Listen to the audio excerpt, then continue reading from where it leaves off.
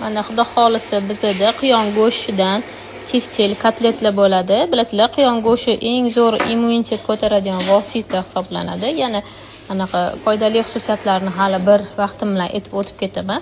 Kecha sveje quyon so'ydirtirdim.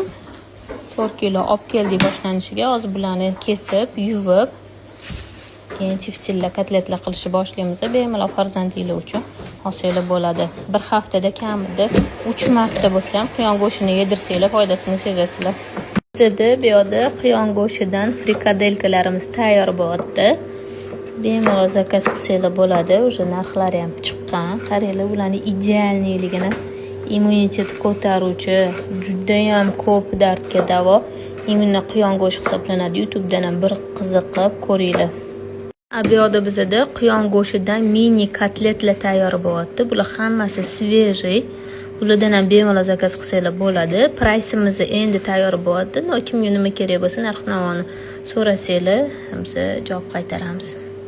Hop qizlar, quyon go'shtiga rosa ko'pchilik qiziqyapti. Frikadelkamiz quyon go'shtidan 66 ta chiqdi. 350 grammdan bo'ladi. Mini kotletlarimiz 400 grammdan 23 ta chiqdi. Mana ko'pchilik parhez qotganlar ham telefon qilib so'rayapti, quyon go'shtingizdan bormi deb, svejiy. Bemalol xarid qilsanglar bo'ladi. Bu menimcha ertagacha qolmaydi.